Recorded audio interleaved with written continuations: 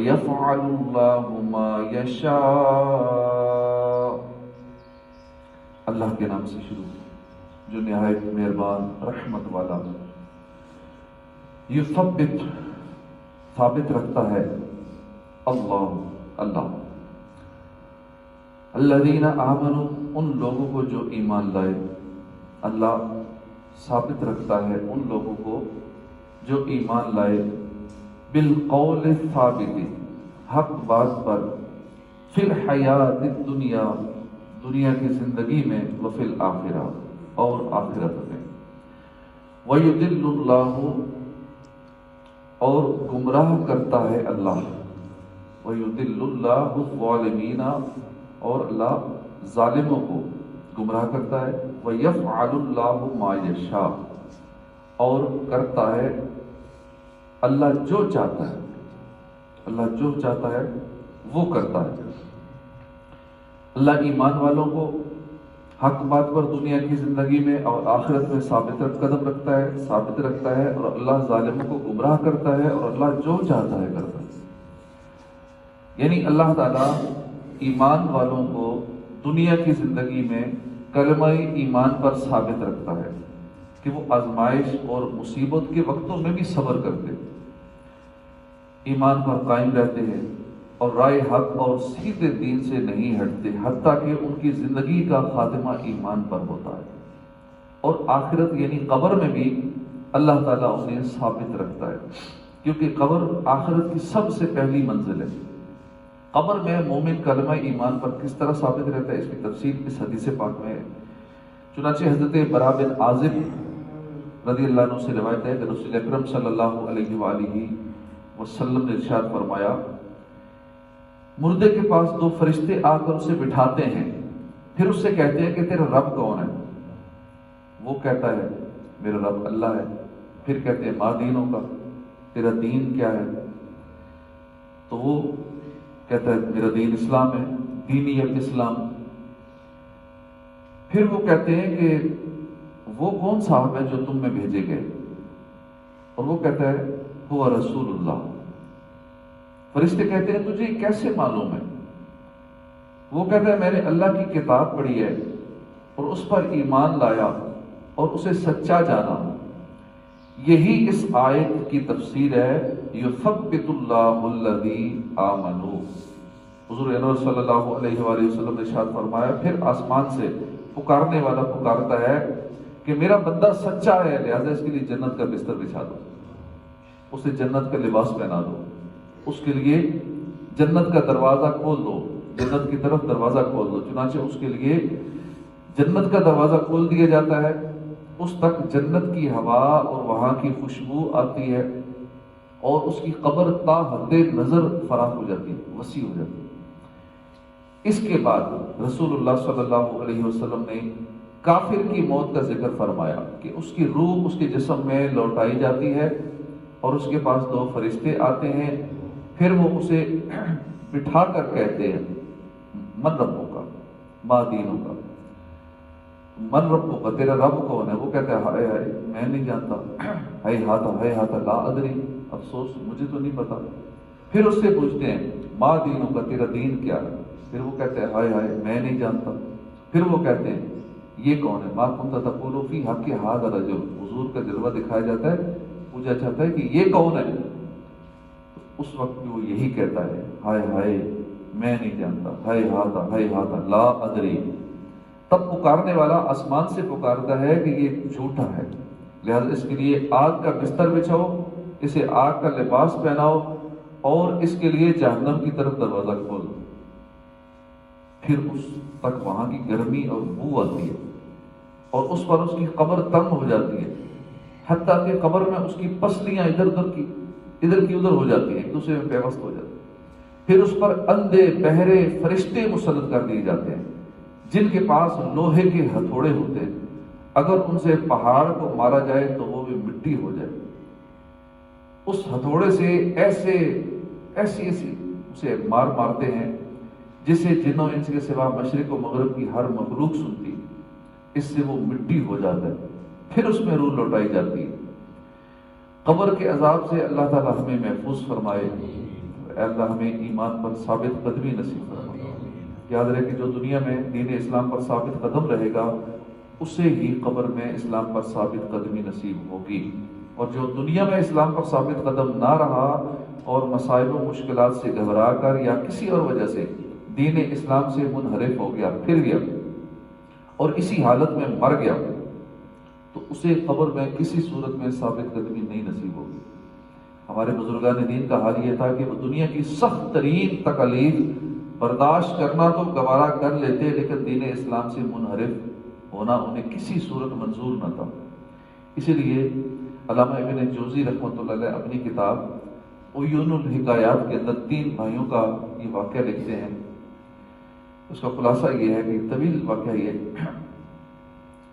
کہ 3 سگے بھائی روم کے عیسائیوں سے جہاد کی غرض سے جانے والے لشکر میں شامل ہوئے۔ دوران جہاد انہیں گرفتار کر لیا گیا، روم کے بادشاہ کے دربار میں لے جایا گیا، تو اس نے منصب و مرتبے اور عیش و عشرت کا لالچ دے کر انہیں نصرانی ہو جانے کی دعوت دی۔ بادشاہ کی دعوت سن کر انہوں نے کہا ہم اپنے دین کو کبھی بھی نہیں چھوڑ سکتے، اس دین کی خاطر سر کٹانا ہمارے لیے بڑی سعادت کی بات ہے، تم ہمارے ساتھ جو چاہو کرو، انشاءاللہ ہمارے پائے استقلال میں ذرا برابر فرق نہ آئے گا۔ یہ تینوں بھائی بیک وقت شاہ روم کے دربار میں کھڑے ہو کر نبی کریم صلی اللہ علیہ وسلم کی بارگاہ میں استغاثہ کرنے لگے۔ کس طرح؟ یا محمد آہ، یا محمد آہ، یا محمد آہ۔ یہ صحابہ کرام کا بھی وظیفہ تھا۔ جیسے ہم آج کل یا نبی یا رسول اللہ کہتے ہیں، حضور کو مدد کے لیے پکارتے ہیں، جب بھی کوئی پریشانی آتی ہے، مصیبت آتی ہے، حضور کو پکارنا بھی چاہیے۔ صحابہ بھی یوں پکارتے تھے، اور پہلے دور کے اللہ والے بھی ان کا معمول تھا کہ یہ جب کوئی مشکل سر پہ آ پڑی تو ہم نے کس ذات کی طرف توجہ رکھنی ہے، وہاں سے ہمارے کام بن جائیں گے۔ اب یہ انہوں نے صدائیں بلند کرنی شروع کر دی۔ جب بادشاہ نے یہ دیکھا تو بڑا غصے میں آیا، اس نے ان کو دردناک سزا دینے کی دھمکی دی اور دین اسلام چھوڑنے کا کہا، لیکن ان بھائیوں نے اس کی دھمکی کی پرواہ نہ کی۔ تو بادشاہ نے اپنے جلادوں کو حکم دیا کہ 3 بڑی بڑی دیگوں کو آگ پر رکھو، اس میں تیل ڈالو، نیچے آگ جلا دو، جب تیل خوب گرم ہو جائے کھولنے لگے تو مجھے اطلاع کر دینا۔ جلاد حکم پاتے ہی دوڑے، 3 دیگوں میں تیل ڈالا، ان کے نیچے آگ لگا دی۔ مسلسل 3 دن تک دیگوں کے نیچے آگ جلتی رہی، اور ان مجاہدین کو روزانہ نصرانیت کی دعوت دی جاتی اور لالچ دیا جاتا رہا، لیکن ان کے قدم بالکل نہ ڈگمگائے۔ چوتھے دن بادشاہ نے پھر انہیں لالچ اور دھمکی دی، لیکن وہ اپنے مذموم ارادے میں کامیاب نہ ہو سکا۔ اس نے بڑے بھائی کو جلتے ہوئے تیل میں ڈال دیا، پھر اس سے چھوٹے کو بھی نصرانیت قبول نہ کرنے پر جلتے ہوئے تیل میں ڈال دیا۔ اب سب سے چھوٹے بھائی کی باری آئی، جو بڑے اطمینان سے کھڑا تھا، بڑے سکون سے یہ سارا کچھ دیکھ رہا تھا۔ جب اس کو ڈالنے لگے تو بادشاہ کے ایک گورنر نے آگے بڑھ کر بادشاہ سے کہا کہ آپ ایسا کریں کہ مجھے یہ ذمہ داری دے دیں، اس کو اسلام سے پھیرنا، منحرف کرنا، یہ میرے ذمہ، آپ مجھے چند دن کی مہلت دے دیں۔ بادشاہ کے پوچھنے پر اس نے اپنا ناپاک منصوبہ بادشاہ کو بتایا کہ میں اس طرح اس کو اسلام سے منحرف کر دوں گا۔ بادشاہ بڑا خوش ہوا، اس مجاہد کو گورنر کے حوالے کر دیا۔ چنانچہ گورنر نے اسے گھر لایا اور گھر لا کر اپنی خوبصورت بیٹی کو یہ ذمہ داری سونپ دی کہ وہ اپنے حسن و شباب کے ذریعے اس نوجوان کو اپنے دام فریب میں پھنسائے اور نصرانیت قبول کروانے کی کوشش کرے۔ بیٹی نے حامی بھر لی اور خوب سج دھج کر اس کے سامنے گئی، اسے بہکانے کی کوشش کرنے لگی، لیکن ہوا یوں کہ وہ نوجوان ساری رات نماز پڑھتا رہتا، تلاوت کرتا رہتا اور عبادت میں مشغول رہتا اور دل میں ذکر الہی کرتا رہتا۔ اس نے لڑکی کی طرف آنکھ اٹھا کر بھی نہیں دیکھا، اس کے حسن و شباب کی طرف آنکھ اٹھا کر نہ دیکھا۔ کئی دن کی مسلسل کوشش کے باوجود جب وہ مجاہد گورنر کی بیٹی کی طرف مائل نہ ہوا تو اس لڑکی نے اپنے باپ سے کہا کہ یہ ہر وقت گم سم رہتا ہے، شاید اس کی وجہ یہ ہے کہ اس کے دونوں بھائیوں کو اس شہر میں قتل کیا گیا، تو شاید اس وجہ سے ان کی یاد میں یہ غمگین رہتا ہے، میری طرف توجہ ہی نہیں کر رہا، دیکھ ہی نہیں رہا مجھے۔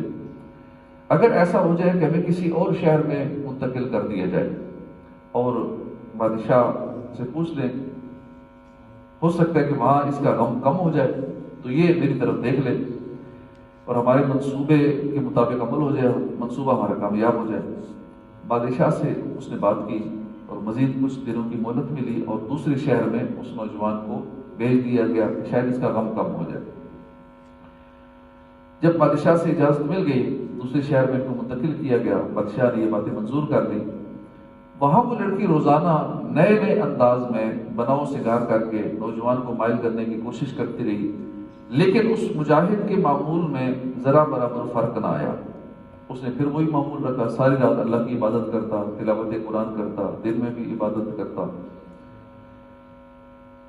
حتیٰ کہ ایک رات یوں ہوا کہ وہ اس نوجوان کے پاس جب لڑکی آئی، کہنے لگی کہ میں تمہاری عبادت سے اور تمہاری پاک دامنی سے بہت متاثر ہوئی ہوں، اب میں تمہارے دین سے محبت کرنے لگی ہوں، جس کی تعلیمات میں یہاں تک اچھائی ہے کہ وہ کسی غیر عورت کو بھی نہیں اٹھا کر نظر دیکھتے، تو یقیناً وہی دین حق ہے۔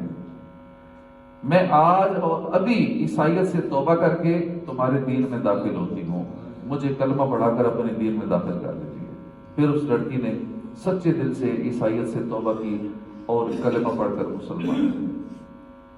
یہ مختصر سا واقعہ، اس کی بڑی تفصیل ہے۔ پھر وہ وہاں سے کسی طریقے سے انہوں نے گھوڑے لیے، دور نکل گئے اس بادشاہ کی سلطنت سے، ان کے پیچھے پھر بادشاہ کی فوج لگی، اور پھر آگے کیا کیا ہوا، انہوں نے اپنے مرحوم بھائیوں کو آگے دیکھا، گھوڑوں پہ آئے ہیں، پھر انہوں نے مدد کی۔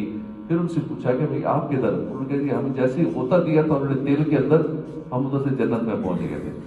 تو یہ بڑا طویل واقعہ ہے، بڑا ایمان افروز واقعہ ہے۔ تو جو ایمان پر ثابت قدم رہتا ہے نا، موت سے ڈر کے کہ اب بادشاہ ہمیں اس کڑکتے ہوئے تیل میں ڈال دے گا تو چلو عیسائی ہو جاتے ہیں، اسلام سے پھر جاتے ہیں، تو اس کو کہتے ہیں مضبوط ایمان، کہ جتنی سخت سزا مل جائے، جتنی بھی تکلیف مل جائے، جان چلی جائے، لیکن اسلام سے نہیں پھرنا چاہیے۔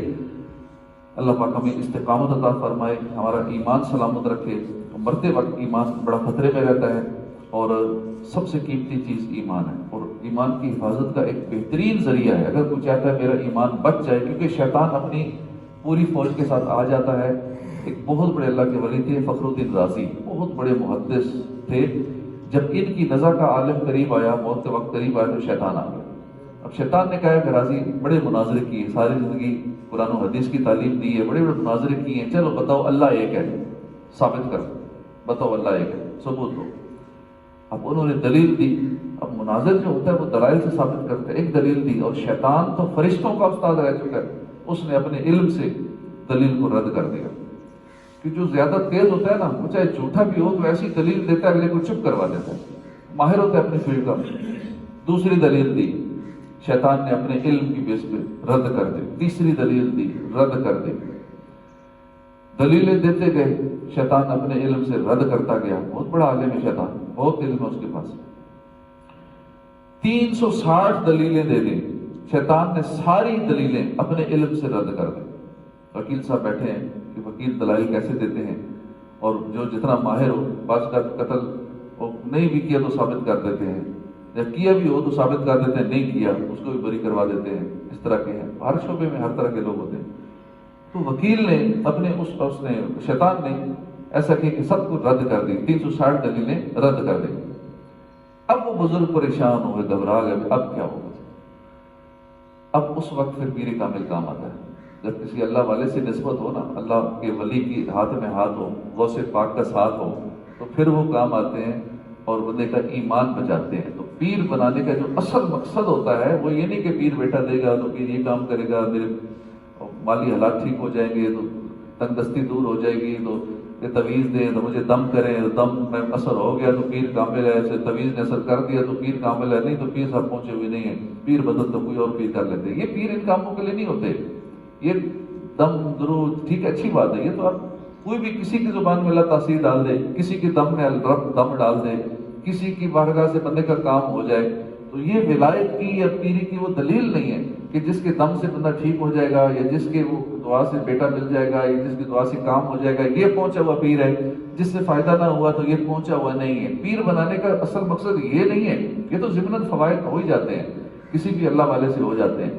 پیر بنانے کا جو مین مقصد ہے وہ ہے ایمان کی سلامتی، ایمان کی حفاظت، ایمان بچانا، اور وہ بھی اس وقت جب نزع کا وقت ہو، جب مشکل وقت ہو، شیطان اپنے سارے خاندان کے ساتھ، ساری فوج کے ساتھ سرانے کھڑا ہو، اور اس وقت بندہ بھی پیاسا بھی ہو، پھر شیطان اس کے والدین کی جو دنیا سے چلے گئے ان کی شکلوں میں آ جاتا ہے کہ دیکھ ہم تیرے فلاں، تیرے دادی ہیں، تیرے دادا ہیں، تیرے نانا نانی ہیں، تیرے والد ہیں، تیری والدہ ہیں، ہم تو پہلے مر گئے تھے، ہمیں پتہ ہے اگلے حالات کون وہاں کامیاب ہے، تو عیسائی ہو جا، تو ہندو ہو جا، وہاں ہندو ٹھیک ہے، وہاں سکھ ٹھیک ہے، یہ طرح طرح کی اس طرح کی باتیں. پھر پانی کا پیالہ پیش کرے گا کہ تم یوں کہہ دو میں تمہیں پھر پانی دوں گا. بندے کو شدید پیاس لگی ہوتی ہے، جب روح نکلنے والی ہوتی ہے، بڑے تکلیفوں میں ہوتا ہے. اب اس تکلیف کی حالت میں وہ ٹینشن میں ہوتا ہے، ڈبل مائنڈڈ ہوتا ہے، میں کروں کیا. اب وہ تھوڑی سی آسانی کے لیے شیطان کی مان لیتا ہے، اور اس کے بعد شیطان سائڈ میں تیرا ایمان گیا، اب تم میری طرح جہنمی ہو گیا. تو اس نزع کے عالم میں شیطان جو ہے وہ کوشش کرتا ہے ایمان برباد کرنے کی. اور اللہ کا ولی، اللہ کے ولی کے ہاتھ میں ہاتھ دینے کا مین مقصد اس آخری وقت ایمان بچانا ہے. تو امام فخر الدین رازی جب پریشان ہوئے کہ 360 دلیلیں دے دی، شیطان نے پھر بھی یہ ساری رد کر دی، تو آپ جیسے ہی تھوڑے سے پریشان ہوئے تو آپ کے پیر صاحب نجم الدین کبرا رحمۃ اللہ علیہ، یہ کہیں دور دراز کسی اور ملک میں وضو فرما رہے تھے، اور پیر اپنے مرید کے حالات سے آگاہ ہوتا ہے کہ میرا مرید دنیا میں کہاں ہے اور کس مشکل میں پھنسا ہوا ہے. اور خاص کر یہ جو آخری مشکل ہوتی ہے نزع کے وقت روح نکلنے والی، ان حالات سے تو پھر زیادہ ہی خبر ہوتا ہے. تو اس وقت انہوں نے وہیں سے پانی وضو کر رہے تھے، پانی کے چھینٹے مارے اور سیدھے آپ کے منہ پہ پڑے، اور فرمایا کہ اے راضی کہہ کیوں نہیں دیتا کہ میں اللہ کو بغیر دلیل کی ایک مانتا ہوں. آپ نے یوں کہا لا حول ولا پڑی، شیطان وہاں سے باہر گیا اور آپ کا ایمان سلامت رہا. تو اس طرح اللہ پاک ہمیں بھی ایمان پر سلامتی، ثابت قدمی عطا فرمائی، شیطان سے بچائے. تو جو کسی پیر کامل کے اب تک مرید نہیں ہے، کسی ولی کامل کے ہاتھ میں ہاتھ دے دینا چاہیے، اور غوث پاک کے غلاموں میں ہمیں شامل ہو جانا چاہیے، تاکہ ہمارا نزع کے وقت اور زندگی پر ایمان سلامت رہے، شیطان کو ایسا کفر نہ کروا دے کہ بندہ دائرہ اسلام سے ہی خارج ہو جائے. اللہ پاک عمل کی توفیق عطا فرمائے. صدق اللہ العظیم.